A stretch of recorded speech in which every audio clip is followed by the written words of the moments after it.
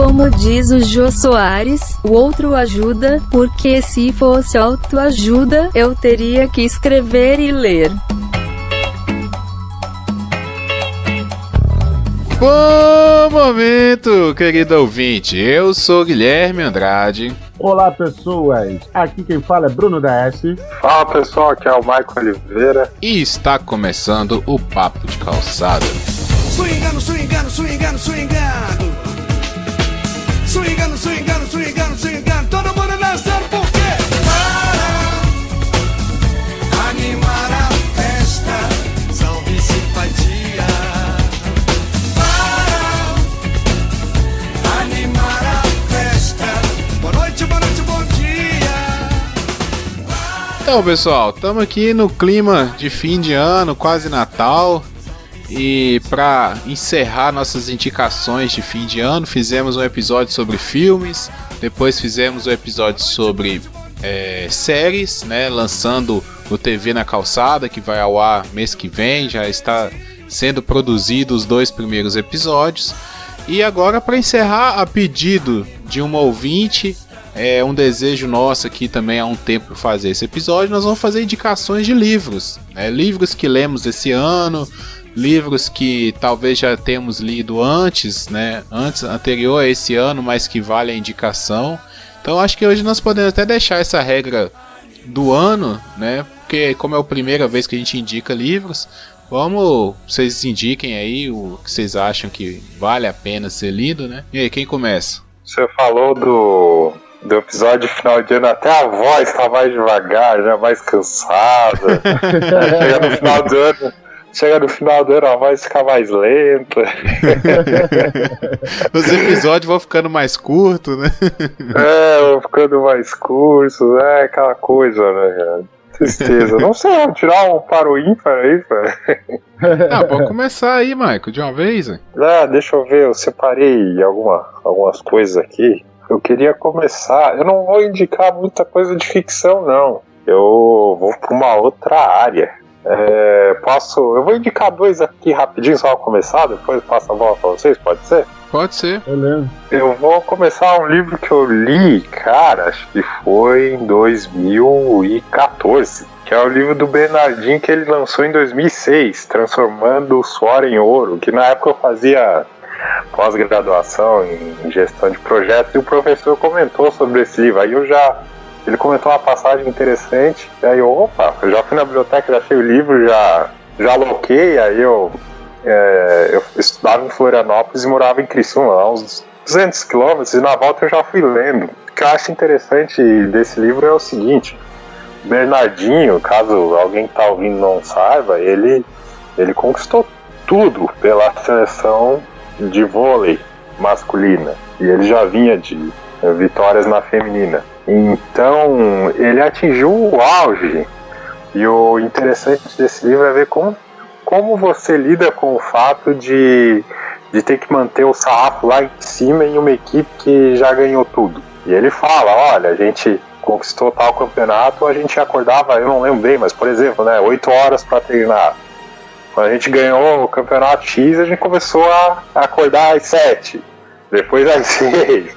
Então ele sempre fazia alguma coisa para tirar o grupo, no caso, da zona de conforto. Chegou até o momento que eles foram viajar para um torneio, não me recordo qual, faz tempo que eu li o livro, e eles treinaram ali na rua mesmo.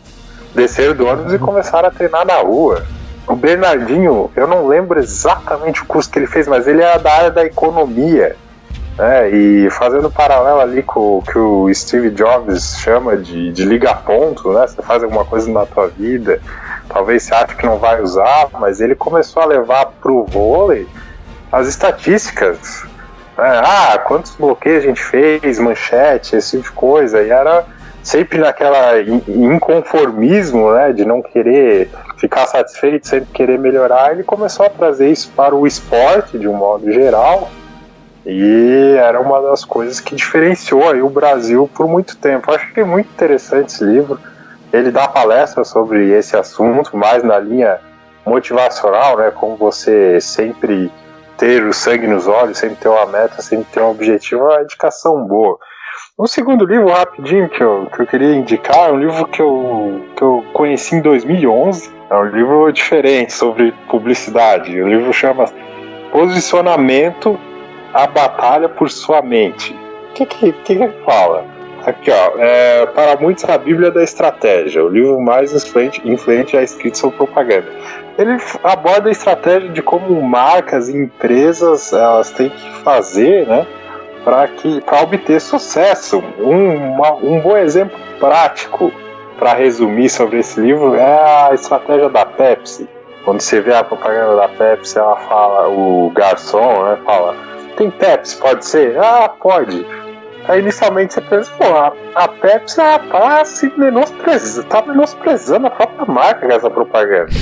E na verdade não, quando você lê esse livro você tem entendimento de que para os estrategistas da Pepsi, eles não são o primeiro e não vale a pena gastar energia batendo no primeiro.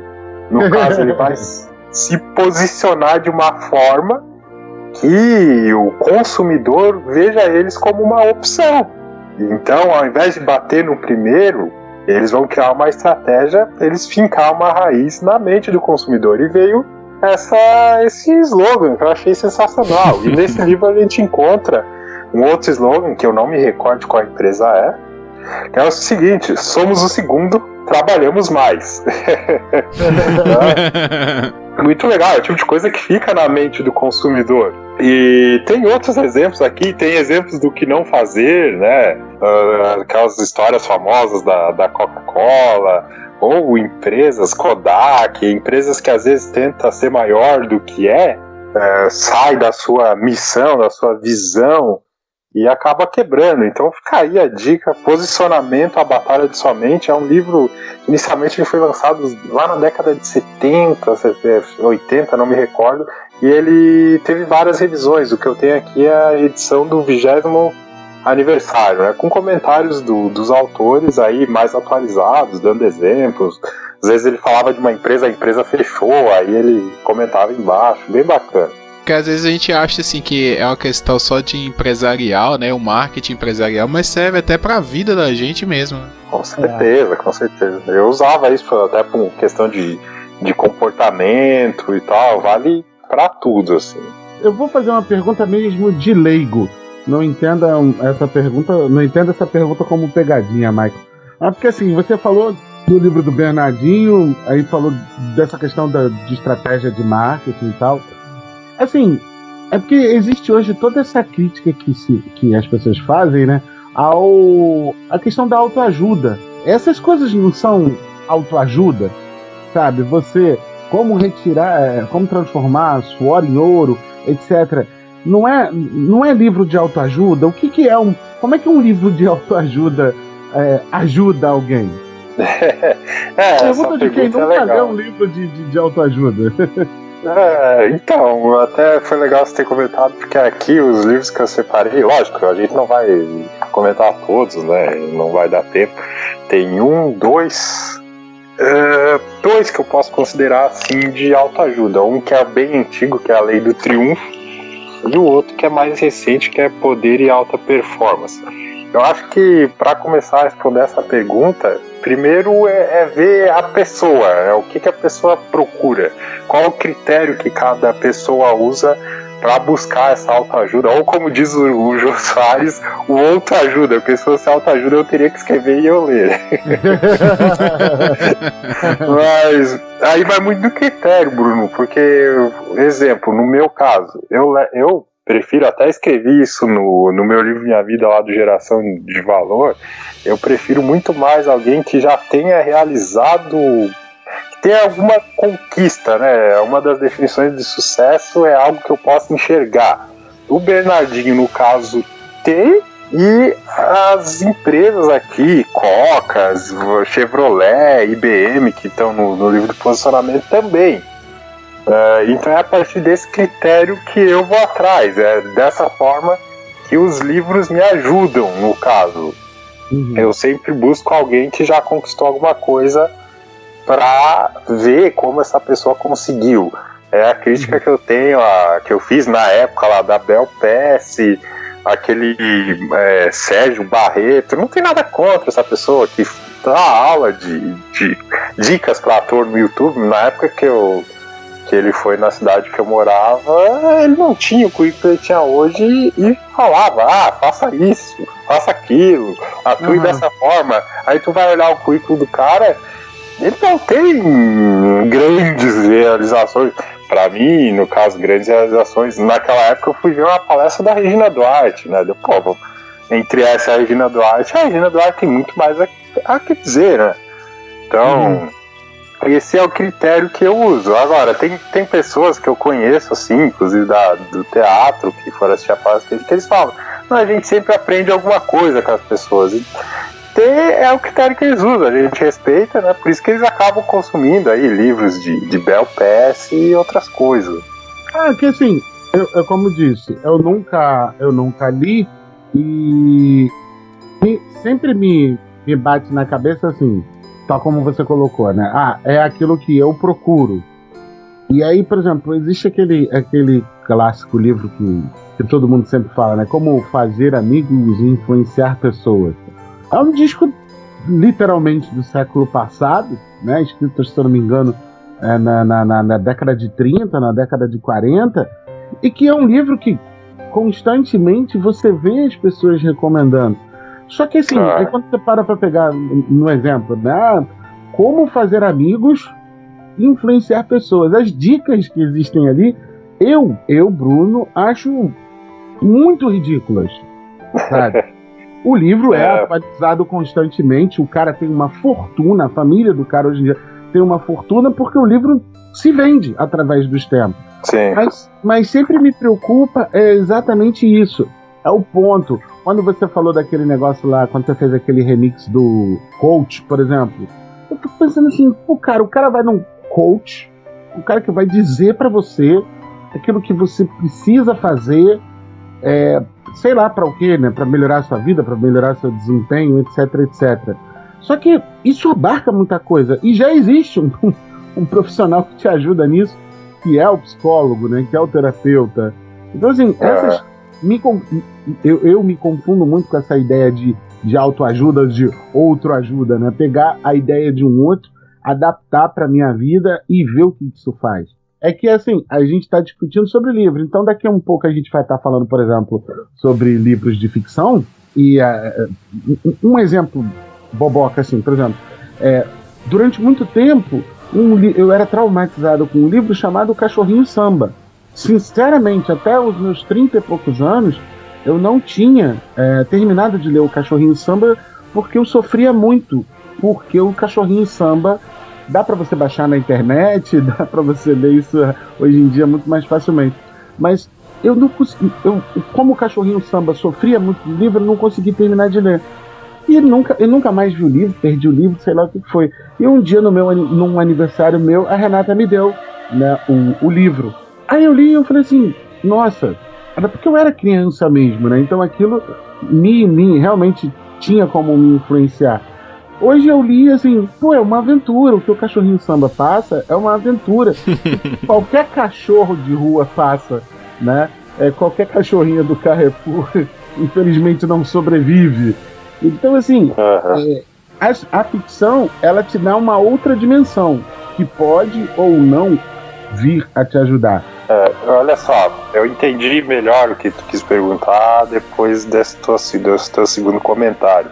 Eu vou citar aqui como exemplo a Lei do Triunfo, né? Já respondendo mais diretamente a tua pergunta. Ele começa citando pessoas que tiveram sucesso e a estratégia que elas adotaram. E ele dá dicas, 16 lições para se obter sucesso. Ele, em cima dessas leis, ele vai citando exemplo. Tinha um vendedor que ele era extremamente tímido. E ele escreveu, na empresa que ele trabalhava, tinha alguns clientes que não foram conquistados pelos melhores vendedores. Aí ele escreveu o nome desses 12 clientes e repetia mais de 100 vezes o nome deles para decorar e dizendo: você vai comprar o meu seguro, uma coisa assim. E deu certo. Em cima disso, o autor vai dizendo que quando você estabelece uma meta e matuta ela todo dia, toda semana na tua mente, a tua mente ela internaliza e de forma natural todas as suas atitudes vão ser voltadas para aquele objetivo. E o teu objetivo tem que ser muito bem estabelecido. E ele dá o exemplo do sol na madeira, que se você colocar a lupa, vai queimar, vai furar ali a madeira, é o exemplo que ele dá. O que ele diz? A lupa seria o seu objetivo. Se você ficar com muito disperso no que você quer, você não vai conseguir ter avanço. Então, se você concentrar a energia, você será melhor sucedido. Esse é um exemplo. Acredito que foi isso que tu perguntou, né? Como que eles conseguem pegar o leitor, no caso? Isso. E como é que se chega, por exemplo, a esse ponto de você procurar, né, vamos dizer dessa forma, alguém que escreva algo que vai te ajudar? Eu sei que eu estou só divagando, mas é porque realmente eu nunca li. Então eu fico pensando nisso, né? E hoje, como existe essa crítica toda à autoajuda, né? Aí eu queria entender, porque você citou 2 livros, pode até não ser de autoajuda, mas é de crescimento, né? Vamos dizer assim, crescimento pessoal. Sim. Só esticar um pouquinho, que a crítica ela existe. Vou citar aqui um exemplo de próprio psicólogo, assim, que eu faço terapia regularmente, né? E, não, melhor dizendo, o próprio coach. O coach também já tive envolvimento na minha vida. E eu acredito que, querendo ou não, a gente consegue pegar quando a pessoa não tem, né, quando você pega uma pessoa muito experiente e outra nem tanto. E acho que a forma como ela te provoca, as perguntas que ela faz, mexe contigo, tira você da zona de conforto. E geralmente quem não tem tanta bagagem, ele já, como posso dizer, já meio que julga as suas atitudes, já fala, por que tu não foi por aqui, entendeu?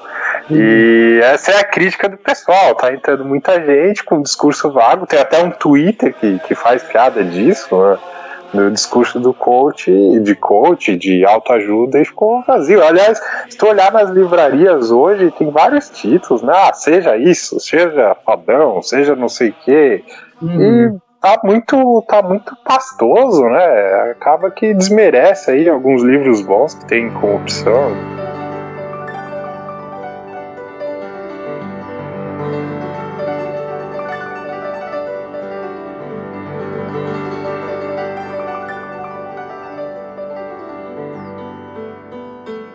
Bem, cara, assim, indicar, eu vou indicar esse livro pela 3ª vez, porque só esse ano eu li ele 2 vezes. Porque é um livro fantástico, na minha opinião, até porque ele é escrito de uma forma muito diferente, mas muito comum, e utiliza alguns recursos visuais e linguísticos que é muito legal de você, depois quando você mergulha na história, né? É um livro de ficção, já falei dele 2 vezes no Momento Cultural, que é A Visita Cruel do Tempo, da escritora Jennifer Egan. O que acontece? Por que eu gosto tanto desse livro? Ele conta a história de um grupo de pessoas. Sobre que ponto de vista, Bruno? Todos os pontos de vista de todas as pessoas envolvidas na história é contada, mas não pelas próprias pessoas. Você até tem uma ou outra história que é contada em primeira pessoa, mas em geral o livro parte de uma pergunta muito simples: o que acontece com a gente? Vamos colocar uma suposição assim. A gente está lá, adolescente, jovem, cheio de ideias, cheio de aspirações, querendo mudar o mundo. Ok. E aí, passa um tempo e de repente você é como eu, um velho gordo, barrigudo, que a maior diversão da vida é chegar em casa para ficar enchendo a cara de cerveja e ficar jogando videogame. O que aconteceu com esse jovem idealista até ele chegar a esse gordo barrigudo que só enche a cara de cerveja? Acontece muita coisa. E esse monte de coisas que acontece não depende apenas da gente. Depende das outras pessoas também. Então pra gente nunca. Esse livro ensina que você nunca deve ter uma visão romantizada nem da passagem do tempo, nem da própria ideia que você acha que você tem de si. Porque ele vai te mostrar que a ideia que você tem hoje não vai ser a ideia que você vai ter amanhã e não vai ser a ideia que você vai ter depois de amanhã. Ela vai mudar. E eu me pego muito pensando nisso. Eu estava falando com o Guilherme antes do programa começar, que assim, a gente está vivendo num tempo que você fica, caralho, velho, todo dia eu tenho que dormir mais tarde porque eu fico me tentando achar respostas para entender o mundo em que eu estou vivendo. Então eu vou dormir mais cansado. E eu vivo hoje uma vida mais tranquila, etc. O que aconteceu, vamos dizer assim, do ponto A ao ponto B, que as coisas mudaram tanto? Assim, não dá pra gente ter muita certeza de nada. Então eu gosto muito desse livro por causa disso. Tem uma história principal, né? Não são várias histórias, não são vários contos, mas é algo que é legal de você perceber a forma como muda a sua cabeça e as coisas à sua volta. Eu achei interessante essa sinopse aí. É muito foda, cara. O livro é muito foda. E dá pra baixar, tá? Eu vou mandar um link aqui de um site que eu sempre baixo. E é muito bom. Porque eu tenho salvo várias coisas que eu escrevia de alguns anos atrás, principalmente de 2011 pra frente, assim. E aí, às vezes, eu pego lendo, de vez em quando, dou uma esbarrada ali, pego lendo, e eu penso, nossa, como que eu pensava tal coisa, como eu tinha tal expectativa para quando eu fizesse X anos, e quando tu vê, tu foi para outros caminhos, completamente diferente. Cara, é meio bizarro quando você percebe a passagem cruel do tempo. O livro que eu queria indicar não foi o primeiro livro que eu li, mas foi um dos primeiros quando eu voltei a ler realmente, assim. Eu nunca fui um grande leitor na infância, assim. Eu lia alguma coisinha aqui e outra ali. Eu sempre fui mais de assistir filme, essas coisas. Que é A Menina que Roubava Livros. Muito bom. Esse livro é excelente, sabe? O filme também é muito bom, sabe? Eu vi o filme depois de ler o livro. E ele conta bem a história, mas o livro ele é mais detalhado, né? Tem aquela coisa toda, é muito maior, a história é mais destrinchada, e eu acredito que a gente consegue se importar mais com os personagens. Esse livro, assim, a história é de uma menina que é adotada eu acho que é no pré-Segunda Guerra Mundial, mas é quando a coisa começa, né, a ficar mais quente ali na Alemanha. Ela tem pais comunistas, então a mãe dela tem que abandonar ela por causa do risco de morte, né? A Alemanha já estava no governo nazista, então os comunistas eram perseguidos na Alemanha. Ela e o irmão são adotados por um casal de alemães judeus não, eles eram alemães mesmos, né? Não eram judeus, isso. Não. Alemães Judeus é outro livro, que é o Menino do Pijama Ilustrado. Um casal de alemães, eles já são mais idosos, então eles tiveram filhos, Bruno, e o filho foi morto na guerra, uma coisa assim também, não tem? Isso. É porque tem uns 5 anos assim que eu li esse livro, mas até hoje a história ainda tá assim na minha cabeça, eu nunca esqueci esse livro. Então, assim, o irmão, já começa com o irmão morrendo e no trem, né, na viagem, e quando chega esse irmão dela é enterrado no meio da neve, é um inverno, né? A história é muito bem contada, ela é contada pela ótica da morte, né? O narrador é a morte.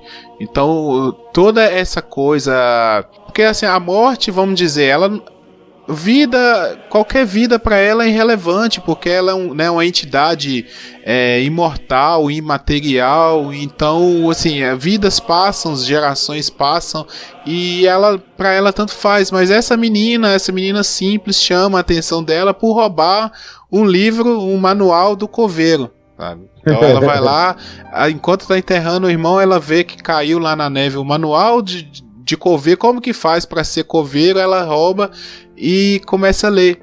Então, assim, é um livro que, para quem está iniciando, né, até pensei nesse livro por causa disso também, às vezes, eu quero ler, mas que história, né, por onde eu começo?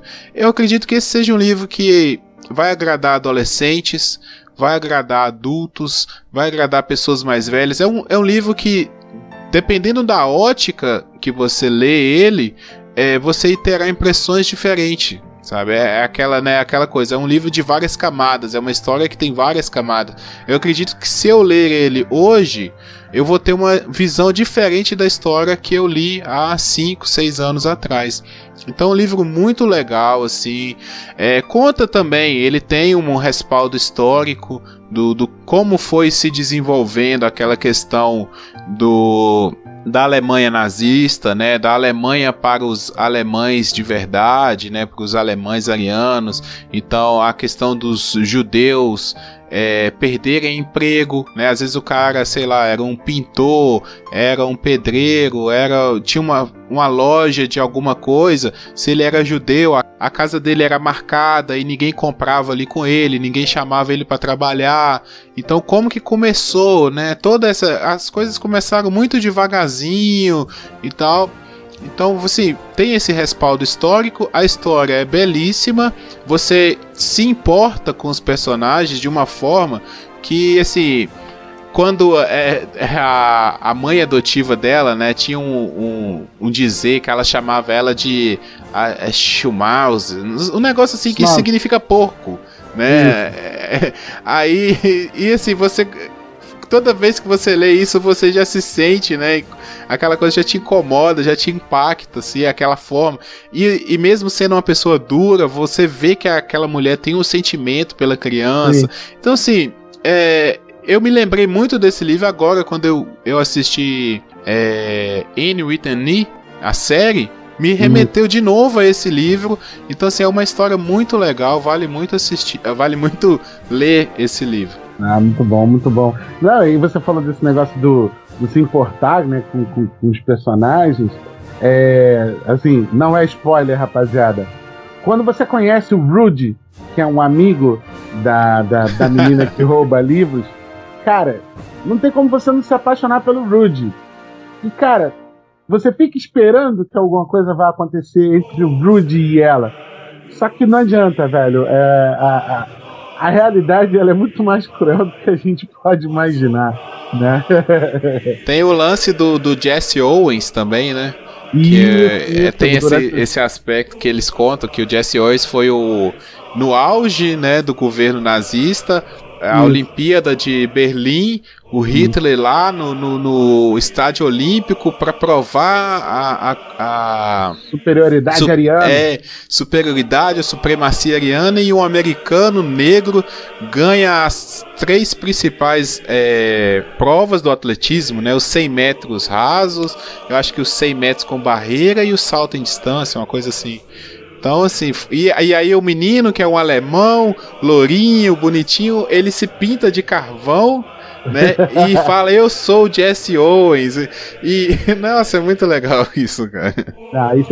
Essa é uma das magias, né, do livro. Naquele dia que a gente estava conversando lá, né, no aniversário da Angélica, e que aí a gente estava falando sobre as diferenças entre a Guerra dos Tronos e o Senhor dos Anéis, é muito disso, né? Porque eu não me apego muito em literatura de fantasia, porque o cara precisa te descrever muito do que ele tá vendo. É diferente de você chegar assim, até vou pegar a música, que é bem basiquinha, era uma casa muito engraçada, não tinha teto, não tinha nada. Você já começa a construir essa imagem na sua mente com poucas palavras.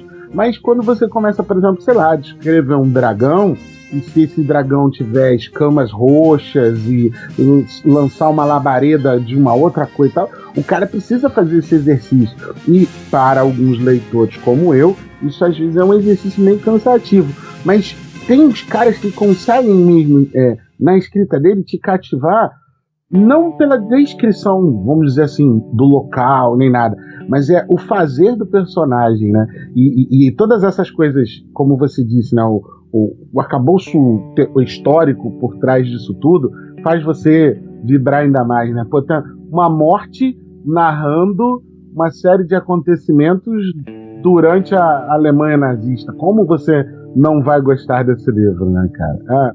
É muito bom. A menina que roubava livro é muito bom. Agora deixa eu só perguntar uma coisa pra vocês. Quando vocês leem esse tipo de livro, né, que é narrativo e tal, vocês conseguem ver o personagem como o autor descreve, ou vocês criam a própria fisionomia do personagem na sua cabeça? Assim, vocês mesmos definem as características físicas do personagem, do lugar. Como é que é pra vocês isso? A minha resposta depende do autor. Por exemplo, o Stephen King e o George Martin, eles conseguem eles têm mais substância na escrita deles, e outros autores também, né? Eles conseguem detalhar melhor, eles conseguem, vamos dizer assim, afunilar tanto a sua imaginação, eles conseguem direcionar bem, né? O Stephen King faz isso. Eu gosto muito daquele livro A Espera de um Milagre.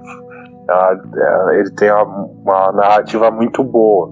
E quando geralmente eu vou para um Haller Cohen ou os atores mais assim, fica um espaço maior para minha imaginação, e eu já começo, eu inverto, eu imagino antes e o que o autor fala ali só acrescenta um detalhe, entendeu? Por exemplo, eu imagino um cara com o cabelo arrepiado para trás, aí o ator fala que é pro lado, o mesmo rosto, o mesmo cara, só vira o cabelo pro lado. Comigo é mais ou menos dessa linha. Guilherme, essa pergunta foi boa porque, assim, até em se tratando da menina que roubava livros, eu fiquei muito bolado que a imagem que eu fazia do Rudy, né, que escrevia o moleque bem branquinho, bem lourinho mesmo, que o cabelo dele é quase branco, e aí quando eu vi o filme, o Rudy do filme era muito parecido com o Rudy que eu imaginei, né? E aí tem um outro livro que foge muito. Por exemplo, ele também virou filme. É um livro brasileiro que virou filme, chama A Grande Arte, que é do Rubem Fonseca. O Rubem Fonseca era, né, um escritor dado a romances policiais muito violentos, etc. Fantástico. Procurem Rubem Fonseca. É bem realista, né, a forma como o Rubem Fonseca narra os crimes dele. E ele tem uma série de personagens, de investigadores famosos. E aí tem um cara que ele está assassinando algumas mulheres, em geral prostitutas, com alguns requintes de crueldade, sabe? E ele usa uma faca. Então, esse assassino chega junto do investigador e tenta matá-lo. E aí, a partir daí, o investigador começa a querer aprender a manusear uma faca e tal. É fantástico. Por quê? O Rubem Fonseca te ensina durante o livro a como manusear uma faca, como segurá-la, né? Como tem até um meme da internet, né? De um cara que fica rodando um canivetinho, aí o pessoal joga aqueles frutos assim. É mais ou menos aquilo ali. Só que o que acontece? A visão que eu tinha do investigador, do assassino, que no livro ficaram totalmente diferentes, por exemplo, quando eu vi o filme, né? Não que eu espere, né, sempre que os filmes vejam isso. Eu consigo ver, eu consigo até bem narrar a descrição que o cara faz no livro, mas eu fico meio assim porque, como eu me apego mais à história, eu não me dedico tanto ao personagem. Eu vou muito direto. Eu leio muito rápido, né? Também eu tenho esse problema que por exemplo, quando o cara começa a descrever paisagem, eu já pulo o parágrafo. Eu já nem leio.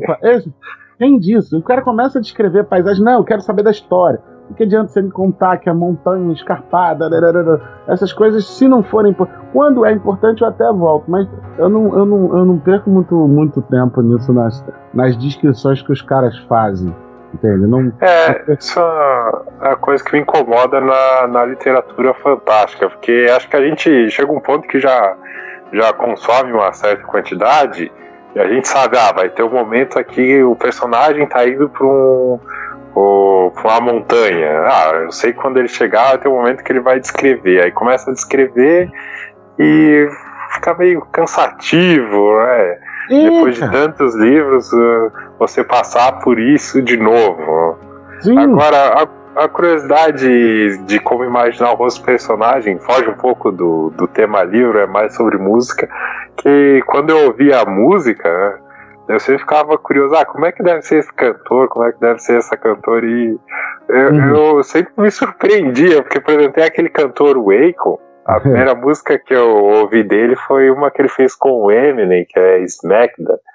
E quando eu vi o clipe, eu, caraca, o cara é negão, rapaz. Você não imaginava ele negão, não, cara? Não.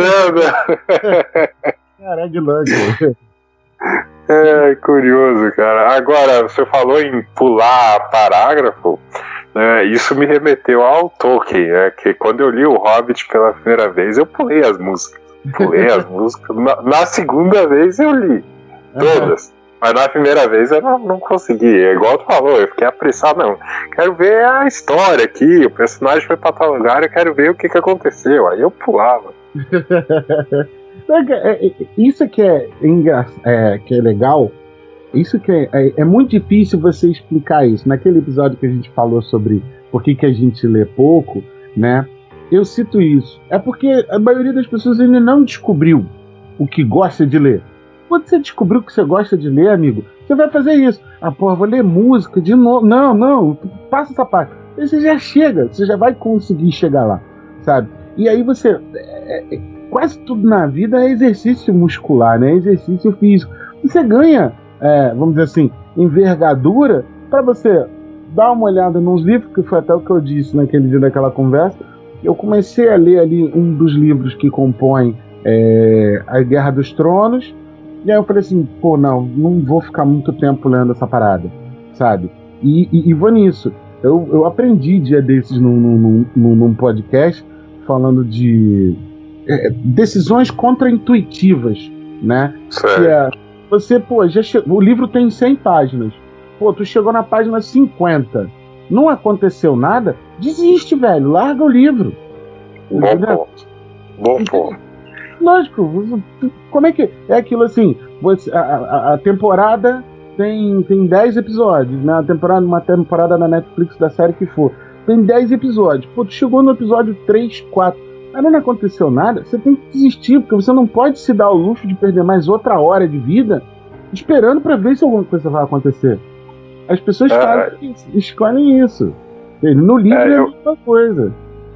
Eu passei por isso. Eu indiquei no Momento Cultural um livro chamado Robocalipse, que é um apocalipse robô, só que 2.0 ou 4.0, que é a inteligência artificial dominando a sociedade através da internet, dos drones, das câmeras de vigilância das cidades, esse tipo de situação, que é uma coisa mais... A gente consegue se identificar melhor baseado na sociedade que a gente está hoje. Só que esse livro é de 2011, né? Ele adotou uma estratégia parecida com a do George Martin, de contar a história baseada na visão de cada personagem. E chegou numa determinada página, no início era até interessante, só que chegou numa determinada página, no momento do livro, que a história ela não ia para frente, porque no George Martin e outros autores, ele muda a perspectiva dos personagens, mas você tem a sensação de que a história tá andando. E ali não. E eu cheguei no momento que eu pensei, olha, a filosofia é a seguinte, né, conforme... eu não vou conseguir ler todos os melhores livros do mundo. Não vou conseguir ver todos os filmes, os melhores filmes do mundo. Eu não posso perder tempo com esse livro. Aí eu desisti, porque é difícil desistir, né? Mas eu fui na biblioteca municipal e deixei lá um livrão bonito, novo. Aí troquei por um que fala sobre orçamento de administração pública. Vamos trocar logo por uma coisa útil, né, cara?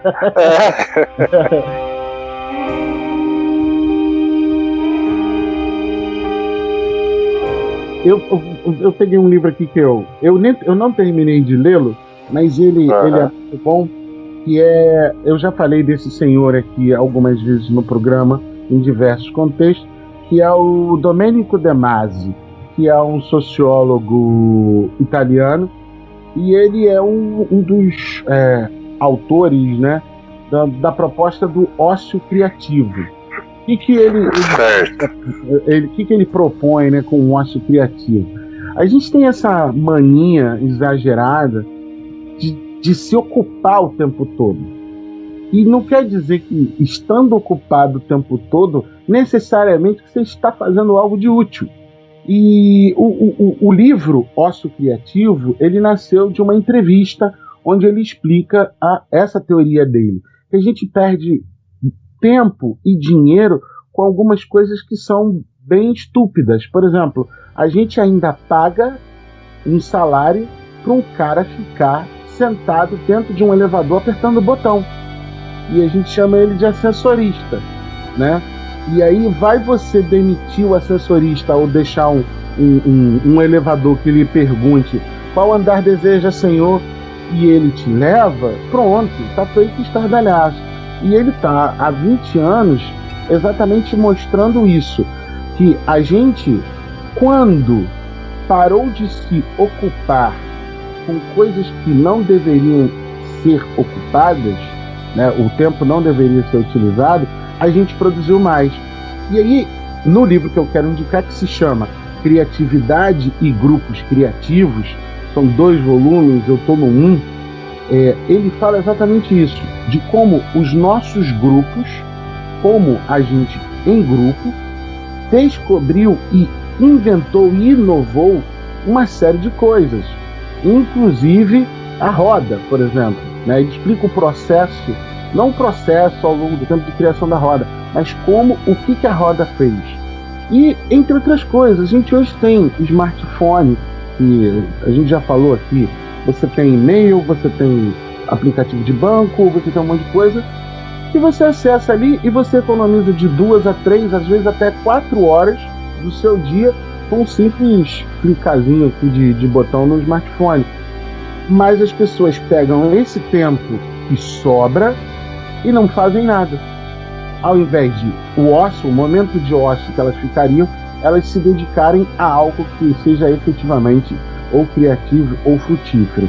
Então, o Criatividade e Grupos Criativos, ele se volta exatamente isso.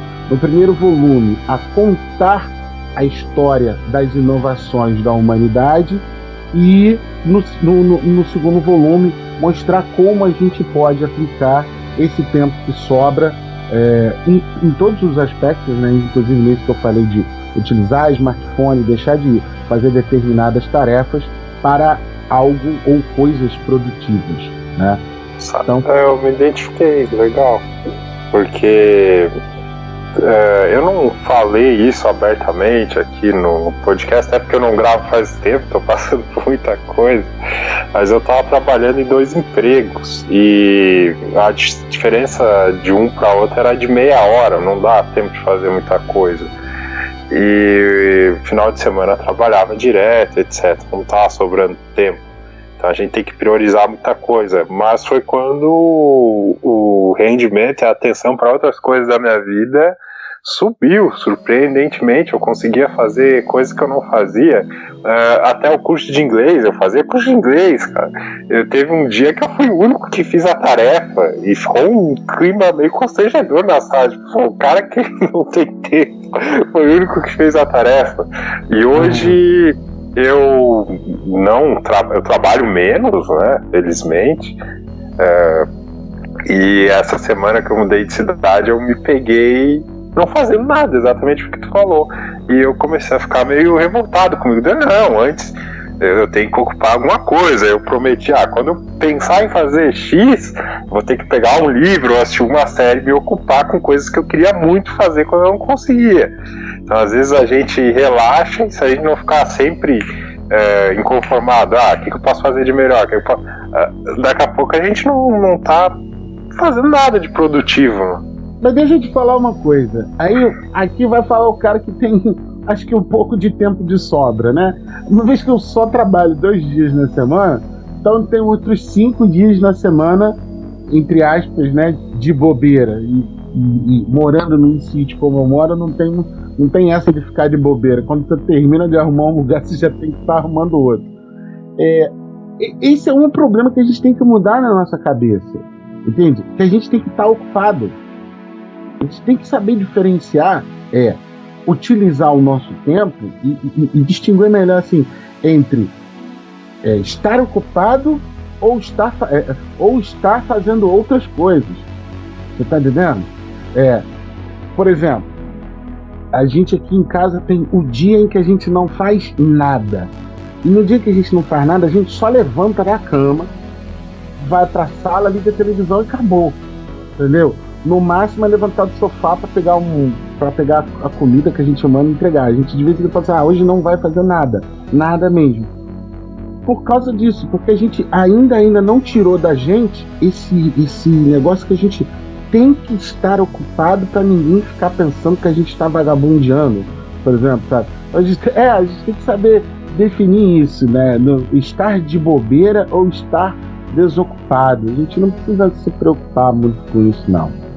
Eu entendo o que você está dizendo, mas o meu critério aqui é o seguinte, algumas coisas que eu faço, elas são em benefício do autoconhecimento, avaliar como foi o dia, escrever, comparar o que estava nos dias anteriores, esse tipo de coisa. Uhum. E eu percebia repetições de coisas que não levavam a lugar nenhum em dias seguidos. Aí que eu comecei a me questionar, o que você falou eu faço também, principalmente no final de semana, principalmente no sábado. No sábado é um dia que eu fico deitado assistindo série. Agora, eu não permito, vamos dizer assim, que isso aconteça 3 dias seguidos. Sempre tem que ter um corte ali no meio, né? Porque até a gente pode falar mais pra frente aí de metas e não sei o que, em um episódio oportuno, a gente tem que gostar do processo, não só do resultado final. Então sempre tem que ter um sinal amarelo ali. Sim. É um bom pensamento. Eu até falei isso, né? A alegria está no caminho, não necessariamente, né, no destino. Você tem que curtir o caminho, curtir o processo. É sempre mais importante do que o objetivo, a chegada, essas coisas todas. Cara, esse livro, ele é muito bom. Eu até escrevi sobre ele no meu livro Minha Vida, que vai voltar, tá? Não é promessa de político. Mas é um livro que hoje eu escreveria de uma forma diferente, mas tem hora também que tu tem que largar o osso, né? Você não pode ficar, não tá bom, não vou publicar. Não, publica e você vai melhorando conforme o caminho. Mas é um livro que me deixa muito triste, porque o livro é A Revolução dos Bichos, do George Orwell. Ele é um livro de 1945. Basicamente, né, a história se passa em uma fazenda. Eu acredito que boa parte do público já conheça. E a síntese do porquê eles chegam à conclusão de que o humano não é necessário é muito interessante, né? Porque o humano, ele não produz lá a carne, os ovos, né? Eu não lembro quem era o líder que falou esse discurso. Eu achei o discurso sensacional, eu repassei umas 2 ou 3 vezes. E eles decidem fazer uma revolução para que eles assumam o poder e dessa forma a vida deles torne melhor. Como toda revolução, ela tem os seus líderes, eles conduzem, a revolução é bem sucedida, só que quando os líderes assumem, passado um tempo, a vida deles se torna pior do que era com os humanos. A gente consegue aí fazer paralelo com algum acontecimento do século XX, principalmente a Revolução Russa. Na verdade, esse livro é inspirado na Revolução Russa. Os personagens ali estão bem definidos, né? O Trotsky e o Stalin. Por que esse livro me deixa triste? Porque é aquilo, uma ideia bem intencionada, sabe? Ela, de certa forma, atinge o seu primeiro objetivo e depois a população se vê em uma situação que não necessariamente tenha pedido, né? Às vezes as pessoas, ao assumirem poder, acabam se tornando pior do que aqueles que o governavam. E aquela frase de que todos os animais são iguais, mas alguns são mais iguais que os outros, eu costumo particularmente aplicar à classe política e os seus altos salários, porque é uma opinião pessoal, na minha visão, eles não precisavam ganhar aquele salário absurdo, e se fizer um cálculo maluco ali com abaixar o salário deles e emendar uma reforma tributária, a gente pode falar isso no momento mais oportuno, e outras coisas, vários problemas seriam resolvidos, fora que tem vários problemas que tá na cara, na nossa frente, o que precisa ser feito, e só é feito quando dá uma crise. E na época que nós estamos gravando esse podcast, a gente sabe que o país vive um problema fiscal e o Congresso aprova mais gastos. Então, infelizmente, existe um descolamento dos nossos governantes para com a gente, né? E esse livro, ele remete a esse tipo de realidade e ele acaba me deixando triste, por um lado, mas por outro, existe aí uma indignação da nossa população. Acredito que vai ter reflexo daqui a uns 15 ou 20 anos, mas o legal desse livro é que ele é dos anos 40 e ele não envelhece, né? Não, é engraçado como o George Orwell conseguiu produzir, né? Tipo assim, se você fosse um escritor de livro, você já ficaria feliz de pelo menos produzir um clássico, né? O cara produziu 2, velho. E mais do que ter produzido 2 clássicos, ele produziu 2 clássicos que, sei lá, né, anteviram o futuro. E essa que é uma característica da literatura clássica. Ela é atemporal, você pode lê-la a qualquer tempo e identificar, porque é exatamente quando o cara analisa, né, o tempo em que ele vive, e ele percebe que, peraí, isso já aconteceu uma vez, já aconteceu outra, acontece sempre depois disso, depois daquilo outro. E você vai percebendo que, assim, sim, estamos vivendo, por exemplo, em breve viveremos um 1984 mais rebuscado do que está no livro, né? Vamos encarar essa revolução dos bichos mais ainda, né? Porque dá um sentimento de impotência, né?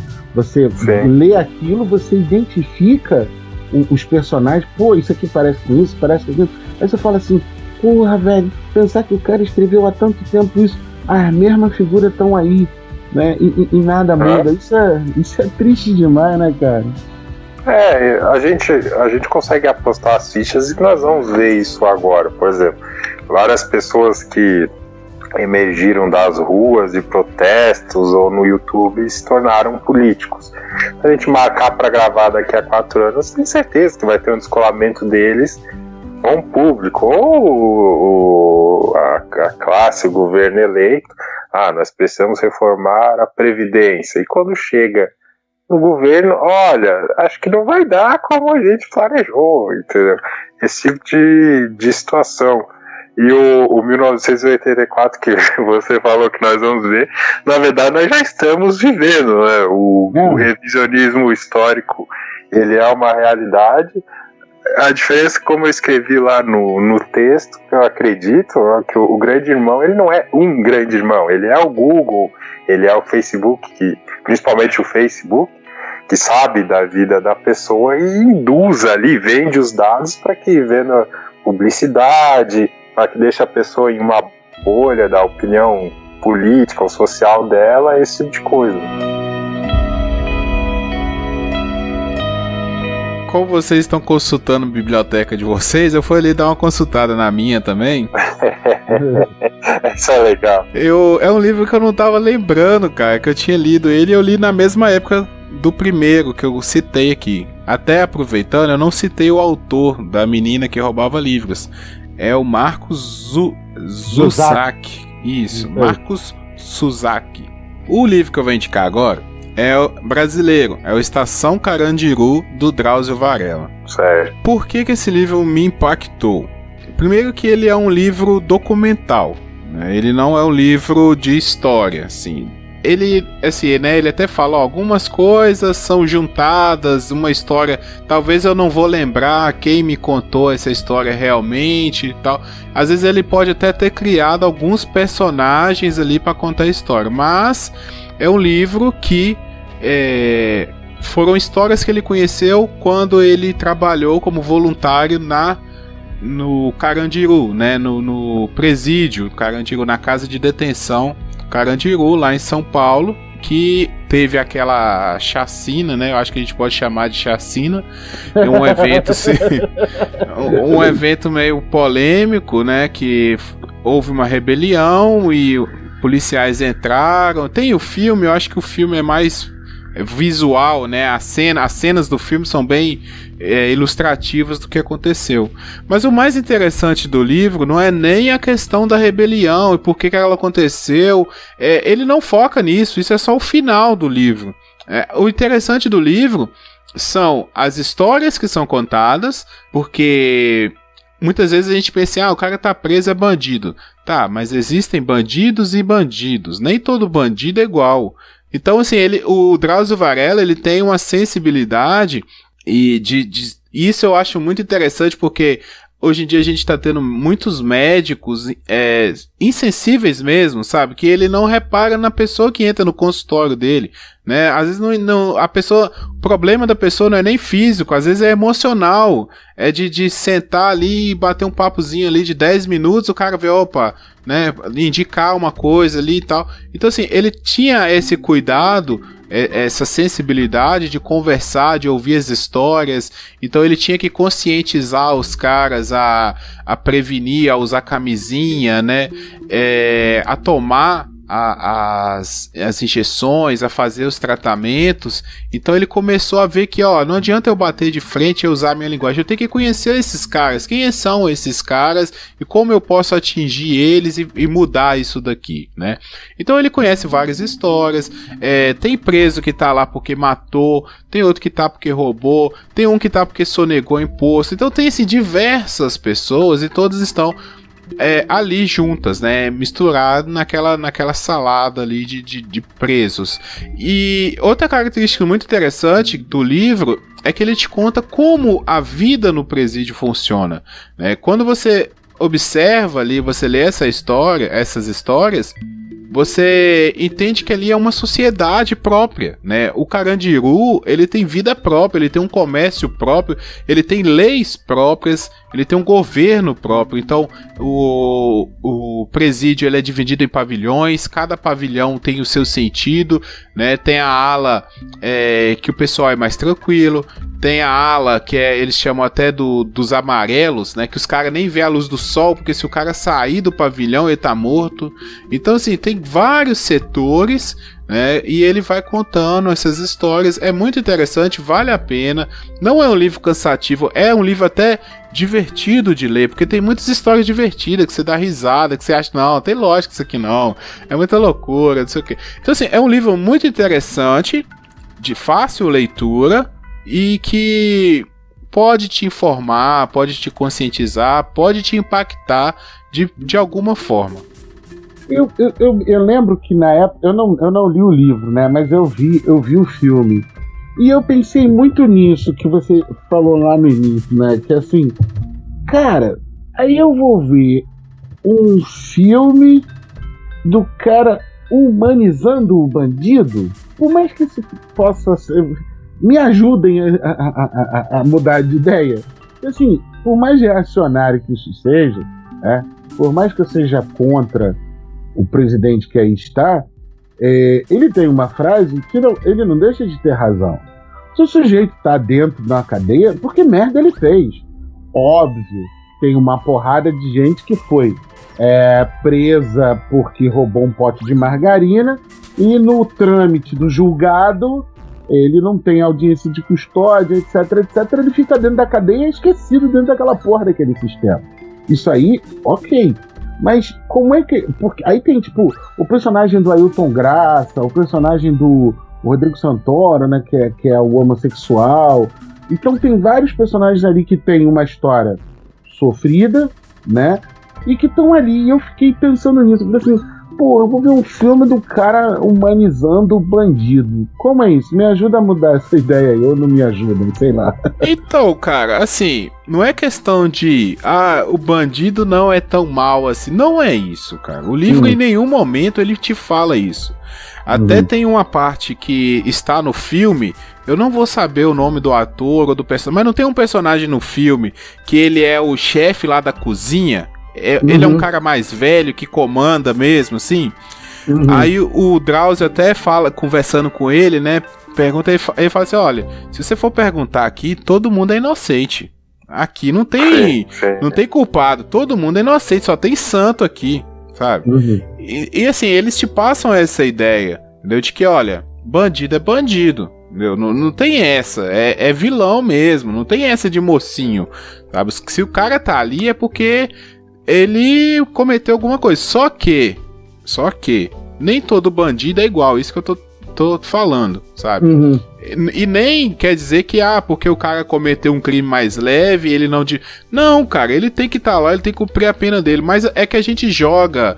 É porque assim, eu tenho uma visão de presídio, talvez eu possa mudar ela daqui a um tempo, mas assim, eu acredito que nosso tipo de política presidiária, não sei como é que vai chamar isso, é assim, olha, o cara cometeu um crime, pega ele, joga ele lá e assim, problema é dele, sabe? Esquece, assim, tá lá, prende ele, agora ele se lascou, ele vai ficar lá.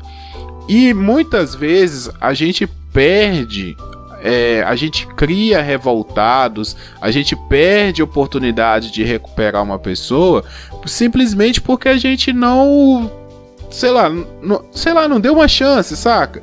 O livro, por exemplo, fala de pessoas que saem da prisão e não tem chance, sabe? O cara fala, eu saí, fui pra rua, cacei emprego, procurei emprego, não achei, cara, ninguém quer me contratar. O que eu fui fazer? Eu tive que roubar de novo, tô aqui de novo, entendeu? Então, assim, o livro é igual vocês estão falando da questão da autoajuda, sabe? Ele não é um livro que vai te falar, olha, o preso não é tão ruim assim, o preso é bandido bom, é bandido morto. O livro, ele não vai te falar isso. O livro, ele vai te contar histórias de presidiários e histórias do presídio. As conclusões, talvez a pessoa pode ler o livro e falar assim, não, esses caras é tudo bandido mesmo, esse cara tem que estar lá, esse cara tinha que ter morrido, não sei o que, sabe? Então assim, o livro em nenhum momento ele te interessa, ele é um documentário, sabe? Ele é um livro documental, ele vai te mostrar um retrato do que acontecia ali. O que o Tropa de Elite fez, né? Esqueci o nome do diretor do Tropa de Elite, é o José Padilha. O José Padilha, ele não toma nenhuma posição. Lógico, o Capitão Nascimento é favorecido por ser o narrador da história, mas quando ele mostra na favela que as pessoas não têm opção, cada um tira a sua própria conclusão. Quando ele mostra que a polícia sofre, que ganha pouco, que às vezes faz algo que é condenável porque ganha pouco, ele não está emitindo juízo de valor, ele está, como disse o crítico de cinema Pablo Vilaça, erguendo um espelho para a sociedade olhar, né? E o negócio que tu falou que eu acho interessante, essa semana eu tava pensando muito, até não sei se eu vou fazer um podcast sobre isso, dando um spoiler, então, sobre aquela, a gente já citou várias vezes aqui, que é a Last Chance U, né? Muito boa, da Netflix. E essa semana eu tava assistindo e tem um jogador lá que ele agrediu uma mulher, tem até a filmagem, um negócio pesado. E aquela tutora da universidade, ela tá comentando algo que seria, ou ele mesmo, a família dele, eles comentaram algo que seria o seguinte: Beleza, você puniu a pessoa, qual é o próximo passo? Vai deixá-la marginalizada? Vai deixá-la fora da sociedade? No caso, ele tem uma vantagem em relação a alguns presidiários, que ele sabe qual é o talento dele. Então ele usa aquilo para se reerguer, e ele usa bem, ele consegue se superar, ele é um líder dentro do time. E tem muita gente que tá presa, que tá pra sair, que não sabe no que é bom, não é? E quando sai do presídio e tá por dificuldade, ela vai recorrer para aquilo que ela conhece, que é o mais fácil, no caso, que é roubar, né? Esse tema é bem delicado, não existe solução fácil. A lei, ela fala em ressocialização. Mas como é que você vai fazer isso, né? É difícil, é complicado. E só uma outra coisa que, quando você falou aí, Michael, eu lembrei. O livro, ele tem o ponto positivo, porque de o Drauzio Varela, ele não ser uma pessoa que estava 100% dentro do presídio. Ele era um voluntário que ia lá, sei lá, 2 vezes por semana, fazia o trabalho dele e saía. Então, assim, ele não estava, vamos dizer, contaminado pelaquela atmosfera. Então, em momento algum, ele nem tem a chance de tomar partido. Ele é simplesmente, vamos dizer assim, o que o jornalista tem que ser, sabe? O cara que tira a foto da cena. Ele, entende? Então, assim, ele não tem nem essa condição de tomar partido, porque ele ia lá e via, hoje aconteceu isso. Aí, sei lá, semana que vem, ele nem entra no presídio, porque o pau tá quebrando lá dentro, aí ele tá por fora, entendeu? E, sei lá, na outra semana, ele tá lá dentro, os caras tiram ele de lá correndo, sabe? Vão sair agora, senão você não sai mais, porque tá acontecendo isso e isso, você tem que sair agora, ou então você vai ter que dormir aqui dentro, não sei o que, sabe? Então ele passa essa cena do que acontece lá, e não tanto do, o que ele acha do que tá lá, entendeu? É que, como eu tô te dizendo, né, a gente passa, e que bom como a forma que, como você falou, né, de repente eu posso mudar de ideia. Eu tenho que pensar muito nisso. Eu tenho essa ideia mesmo de tentar entender o que eu não entendo. Eu reconheço que algumas coisas eu não entendo e, vamos dizer assim, com vocês eu me sinto de boa para perguntar assim, porra, eu penso isso, o que vocês acham disso que eu tô pensando, sabe? Aí são visões de mundo diferentes, me mostra aí, entende? Mas que eu sempre tento entender isso. É igual, todo mundo gosta até o Mike tava falando aí, né? A Espera de um Milagre, né? Eu só vi o filme, não li o livro. Mas é outro filme em que você tem lá pessoas condenadas à morte, né? Que estão esperando o seu momento de irem para a cadeira elétrica e, de repente, né, descobre-se que um deles é capaz de, sei lá, ressuscitar pessoas ou rejuvenescer pessoas, curar pessoas, né? E aí, só que são presos, né, cara? São pessoas que cometeram assassinatos, então, da mesma forma, sabe? É uma naturalização, uma naturalização não, é uma forma de contar histórias de pessoas que estão presas, mas ainda assim são pessoas, né? Também é um jeito de pensar assim, né? Deixa eu ver aqui, por último, meu último livreto. Cara, realmente não achei nenhum outro livro, não fosse livro técnico, e que eu já não tenha falado mesmo no momento cultural. Eu tô mal nisso. Assim, todos os que eu já li, eu já indiquei. Todos que não são técnicos, eu já indiquei. No outro, vai vocês aí, manda outro. Leiam, pessoas, leiam! Vou falar aqui, aí dependendo você relembra aí. Eu tô até procurando aqui no meu Facebook uma frase do livro que eu li, que é um livro que já tem bastante tempo que eu li ele também, mas é um dos que me marcaram, que é O Tempo e o Vento, do Érico Veríssimo. Certo. O Tempo e o Vento, ele é uma... Vamos dizer, como é que a gente pode contar? É que assim, ele não conta uma história de uma pessoa, né? O livro não é sobre uma pessoa, ele é sobre um lugar, né? Ele não é, ele é só o que aconteceu naquele lugar. E até assim, existem vários, a história continua em outros livros e tal. E assim, então ele pode ser, você pode ler ele por capítulos. Vamos dizer, o único livro que eu li ele parecido com esse é As Crônicas de Nárnia. Eu acho que é mais pop, né, mais popular. Dá pra comparar o tipo de livro, assim, o tipo de narrativa. As Crônicas de Nárnia, você vê histórias que aconteceram ao longo do tempo lá em Nárnia. O Tempo e o Vento, a mesma coisa.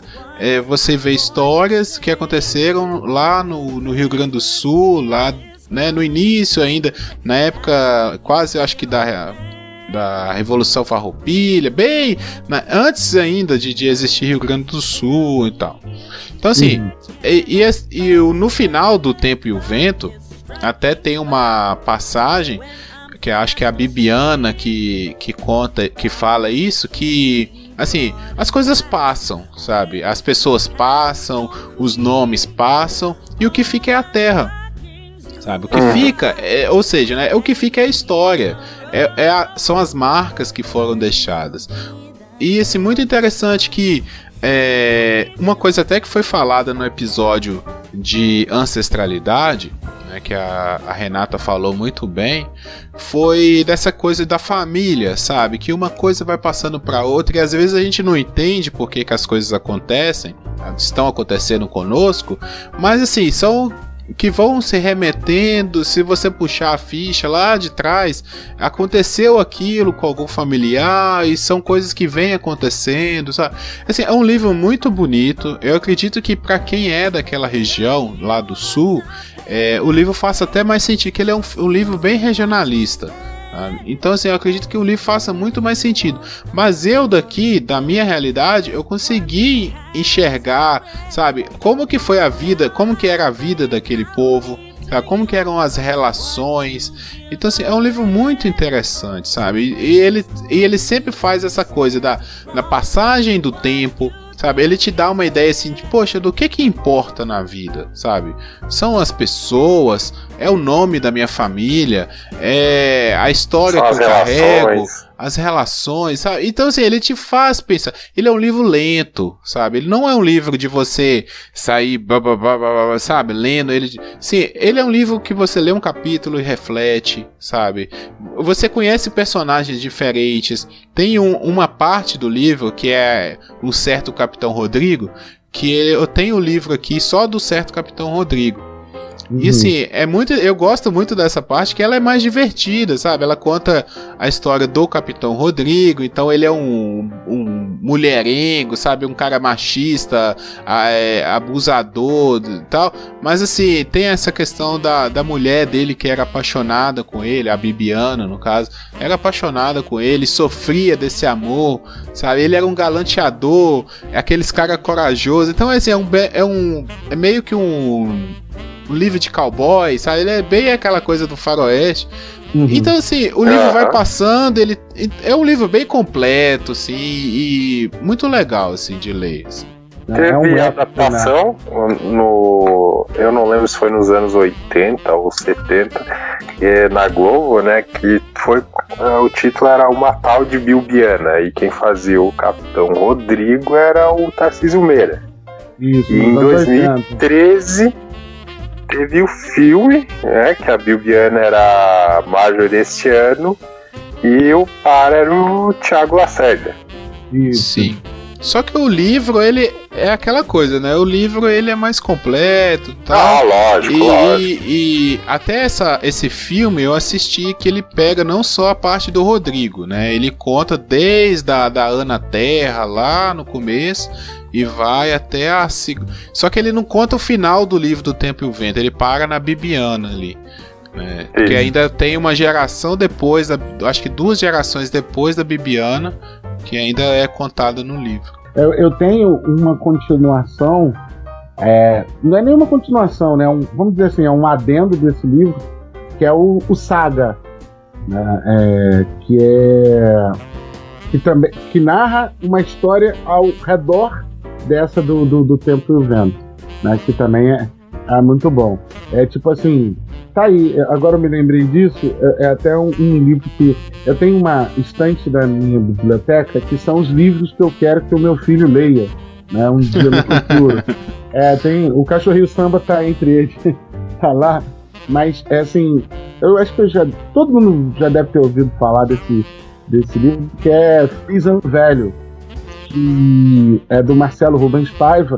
Hoje o Marcelo já é um senhor quase sessentão e tal, e é uma autobiografia dele contando como ele ficou tetraplégico, né? Isso não é um spoiler, ele fala isso em qualquer entrevista que você vê dele, que é quando ele vai um dia na praia, inventa de dar um mergulho de cabeça, não calcula direito onde mergulhou, taca a cabeça numa pedra no fundo do mar e fica tetraplégico. E aí ele narra, né, uma série de coisas. Mas para mim foi importante, devo ter lido ele com, sei lá, uns 13, 14 anos. O livro é de 1980, né? Eu sou mais velho que o livro, mas foi um livro muito importante na minha adolescência, porque a linguagem que ele utiliza ali, das paixões que ele tinha, e hoje ele até consegue movimentar, né, melhor os braços e as mãos, mas ele narra toda a dificuldade que era ser tetraplégico nos anos 80.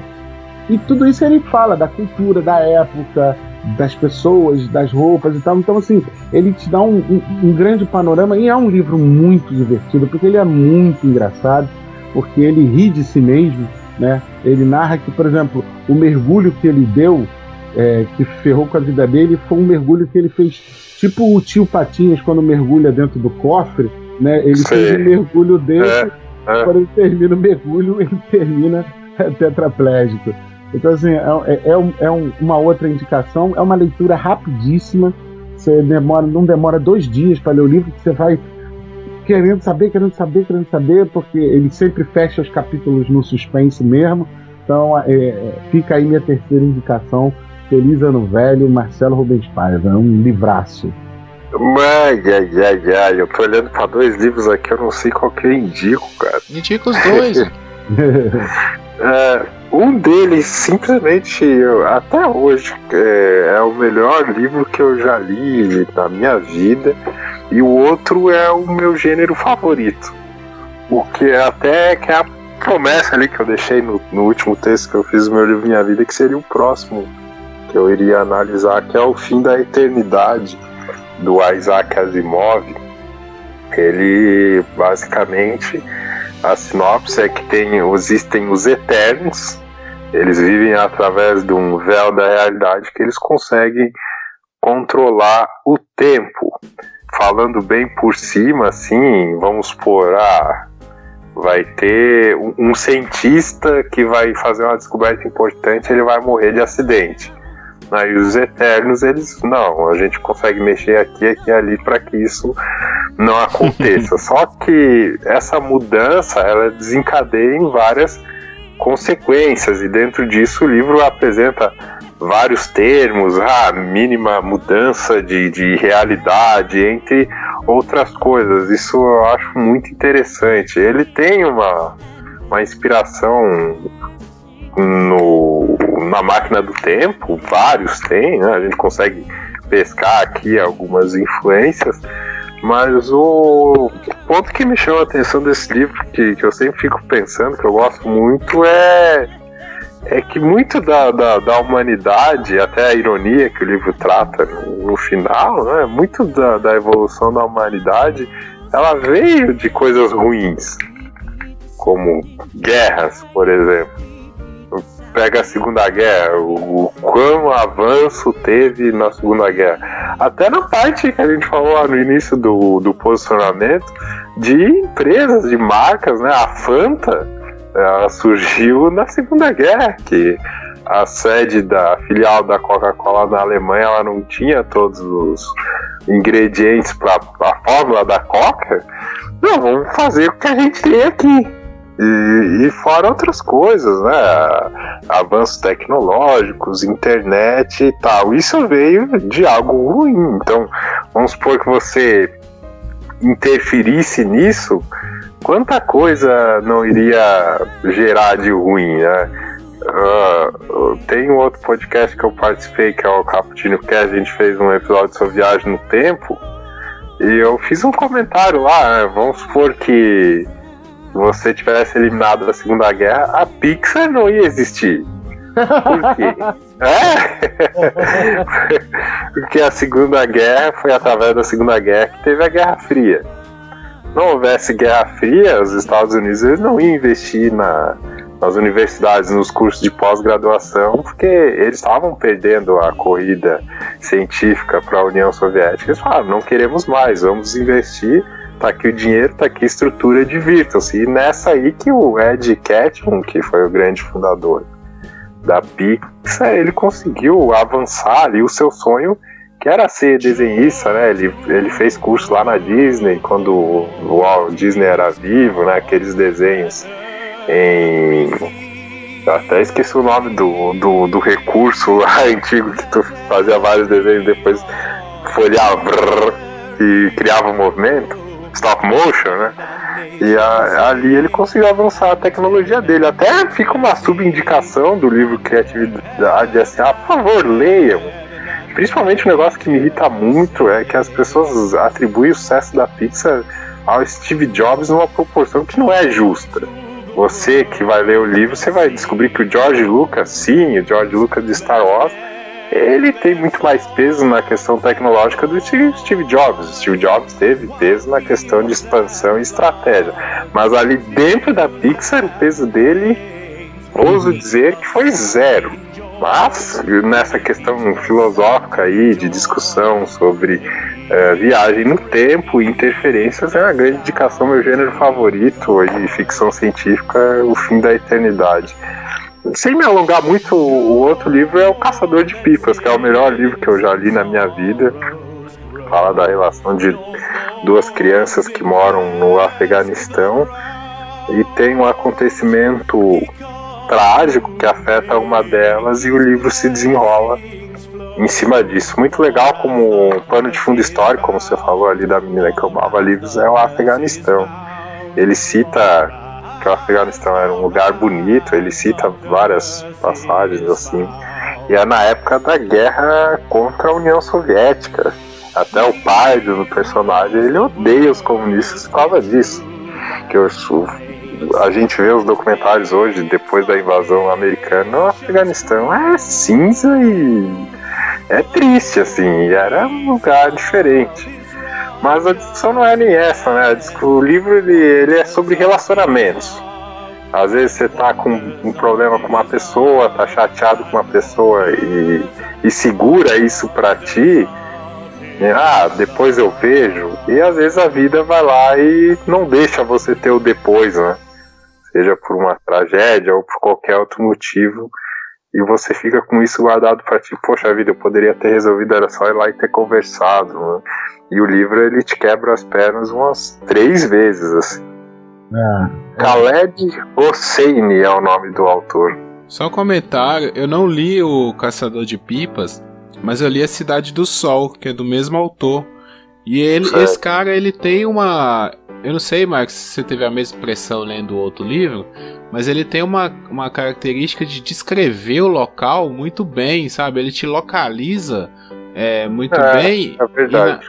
E na Cidade do Sol, por exemplo, ele passa assim, de tipo assim, olha, o Afeganistão era assim, depois veio esses caras aqui e deixaram assim, aí mudou não sei o que e ficou assim, sabe? Ele te dá uma passagem tão natural no tempo que quando eu li o livro eu fiquei assim, caralho, velho, que merda que eles destruíram o lugar, sabe? Essas guerras, assim, era um povo com uma cultura tão, sabe, tão gigantesca, pessoas super inteligentes,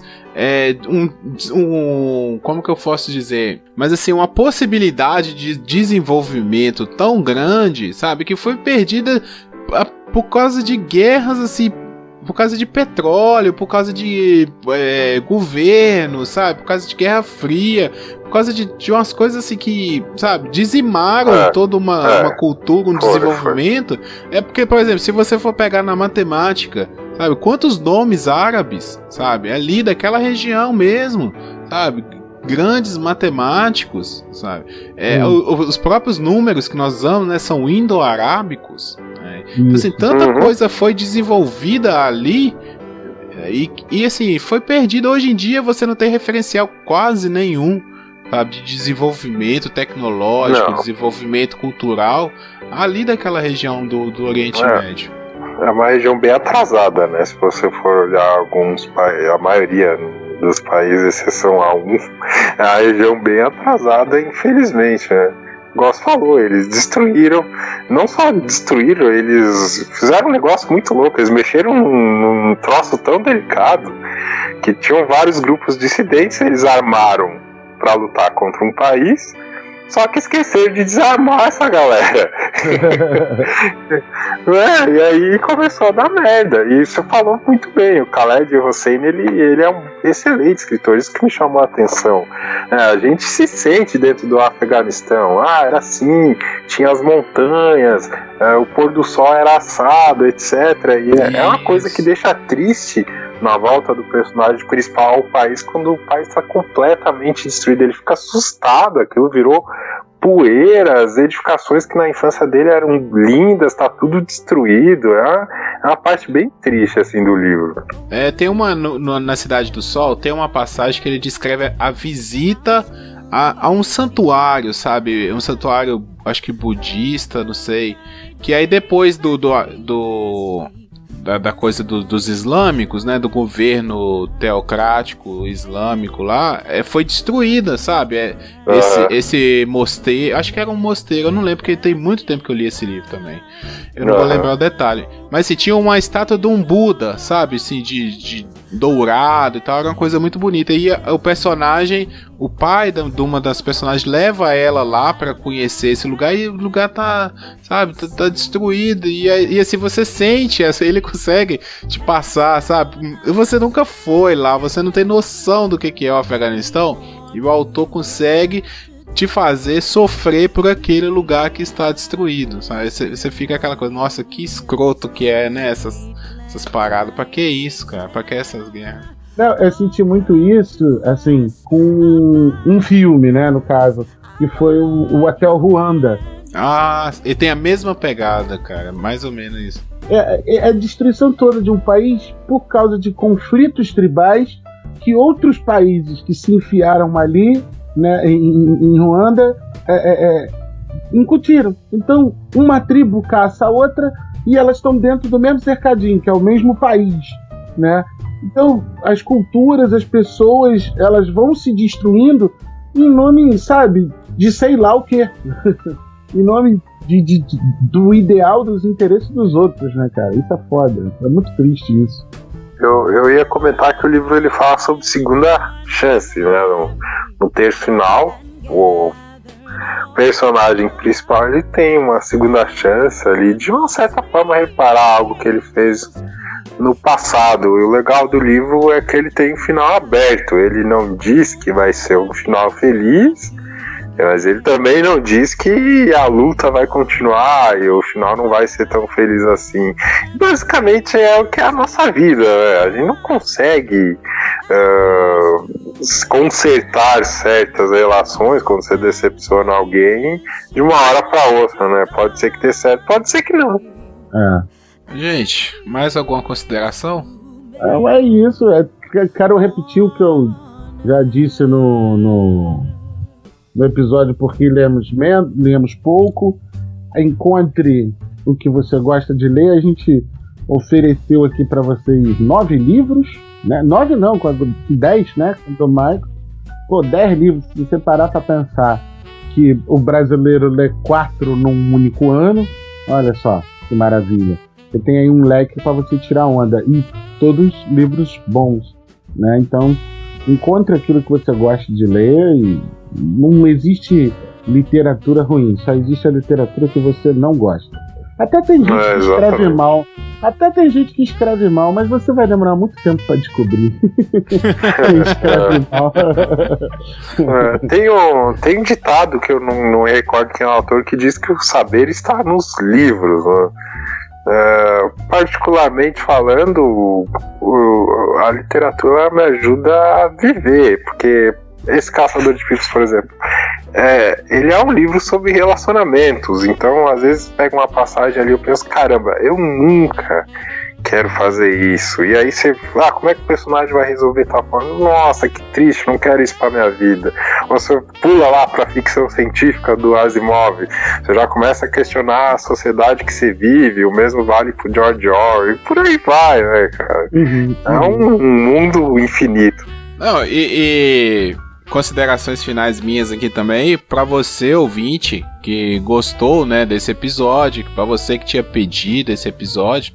Se você gostou, cara, comenta aí, fala os seus livros preferidos, o que você gosta de ler, né, indica pra gente também, quem sabe a gente lê um livro seu, vem cá criticar, né, e isso, como o Bruno falou, nós lemos tão pouco, né? E nós vivemos num momento em que ler é tão necessário, criar um pensamento crítico, né? Saber o que é bom, às vezes, isso não é bom pra mim, mas talvez seja bom pra outra pessoa, né? E aí, o que você achou? Discutir das coisas, né? Então a gente tá precisando disso.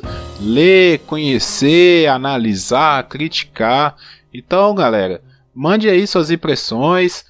Peça mais coisas que vocês queiram aqui no Papo de Calçada. Ano que vem, nova temporada, traremos novidades. Então é a chance aí, esse finalzinho de ano, de falar o que você quer, o que você gosta, falou? Siga nas redes sociais, @Papo Calçada, Twitter e Facebook. Papo de Calçada podcast.blogspot.com é o nosso blog. Lá tem Papo de Calçada, tem remix também. Tem os nossos textos, né? Vale conferir, Offcast, Diário de Professor, Meu Livro Minha Vida. Tem bastante coisa lá. Hoje, até tava pensando aqui, né? Acho que é a primeira vez que a gente grava com o elenco do Remix, né? Na indicação de série, nós gravamos com o elenco do TV na Calçada, que virá no ano que vem. E hoje nós gravamos, acho que... Eu não me lembro, mas eu acho que é a primeira vez que a gente grava com os três aqui que fazem o remix. Legal, cara, não tinha percebido isso aí não, legal. Pois então vai lá, ouve o remix, comenta o remix também, gente. A gente faz pra vocês comentarem também, fala se tá gostando, se não tá. Ano que vem vamos tentar, eu pelo menos vou tentar fazer alguma coisa diferente do que eu tô fazendo lá no remix. E é isso aí, galera. Tá, até a próxima. Um abraço aí e bom final de ano. Ainda tem um episódio esse ano, mas já fica aí esse clima de Feliz Natal, próspero ano novo. Boas festas. Boas festas. Isso. Semana que vem tem um episódio, mas já fica aí, galera. Abraço. Abraço, rapaziada.